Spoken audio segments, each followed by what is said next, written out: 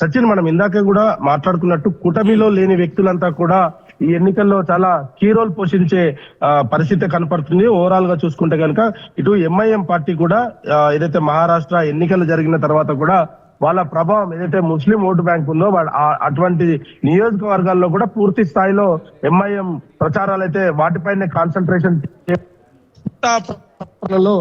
కేవలం ఇక్కడే ఏదైతే మన ఎంఐఎం పార్టీ ఒకవేళ మనం చూసుకుంటే కనుక ముస్లిం నియోజకవర్గాలని టార్గెట్ చేసి అక్కడే ప్రచారం చేయడం జరిగింది. అయితే మహారాష్ట్ర ఎన్నికల్లో చాలా కీలకమైన ఇంకొక అంశం కూడా ఆసక్తికరంగా మారే పరిస్థితి ఉంది. ఎవరు గెలిచినా ఇప్పుడు ఇండియా కూటమి కావచ్చు, ఎన్డీఏ కూటమి కావచ్చు, ఈ ఊర్లో ఎవరు గెలిచినా కూడా కేవలము ఈ నెల 26వ తేదీనే వారి యొక్క అసెంబ్లీ ముగియనున్న నేపథ్యంలో ఖచ్చితంగా 3 రోజుల్లోనే వాళ్ళు ప్రభుత్వాన్ని ఏర్పాటు చేయాల్సి ఉంటుంది.